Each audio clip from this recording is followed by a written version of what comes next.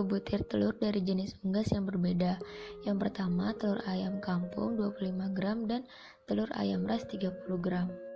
Masukkan masing-masing telur pada gelas bening dengan ukuran yang sama. Tuang asam cuka hingga telur terendam sepenuhnya. Biarkan di suhu ruang dan tutup dengan rapat. Pada jam-jam pertama muncul gelembung-gelembung kecil. Gelembung gas yang muncul ketika reaksi berlangsung merupakan hasil dari reaksi asam cuka dan cangkang telur.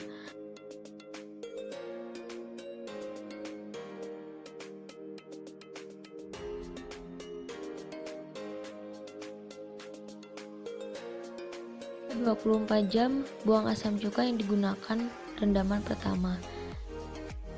Dan kemudian rendam lagi dengan asam cuka yang baru. Lalu biarkan selama seminggu. Kulit telur mengandung kalsium karbonat. Saat cangkang telur direndam di dalam cuka, kalsium karbonat bereaksi dengan air cuka membentuk garam kalsium karbonat larut, sehingga yang tersisa adalah protein pengikat yang elastis karena kulit telur rentan terhadap asam cuka. Setelah seminggu, dapat dianalisa bahwa adanya perubahan volume pada sel telur. Perubahan volume sel telur dilihat dari selisih tinggi awal air sebelum telur dimasukkan dan tinggi air setelah telur dimasukkan. Selisih tersebut merupakan volume awal telur.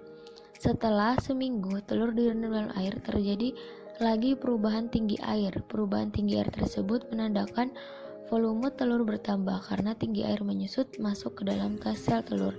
Masuknya air ke dalam sel telur karena cairan dalam sel telur merupakan cairan yang lebih pekat atau konsentrasi tinggi, sehingga air yang berada di luar sel yang bersifat encer atau konsentrasi rendah masuk ke dalam sel telur tersebut. Maka dari itu, pergerakan air memasuki sel telur menyebabkan volume sel telur bertambah, sehingga dalam percobaan yang dilakukan saat ini, dapat dikatakan bahwa larutan tersebut bersifat hipotonik. Uji kadar lemak pada 3 sampel susu. Pertama-tama, timbang pewarna makanan dengan berat 1 gram untuk 3 sampel susu. Siapkan 3 buah sampel susu dan beri label A, B, dan C. A untuk susu beruang, B untuk susu Greenfield, dan C untuk susu murni.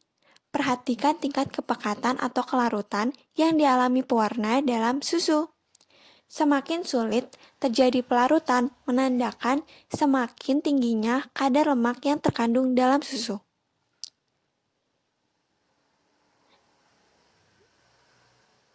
Dapat kita lihat kandungan A memiliki kadar lemak sebesar 7 gram, B 9 gram, dan C lebih dari itu. Ini menandakan berdasarkan kepekatan warna yang terjadi di dalam kelarutan pewarna dalam susu.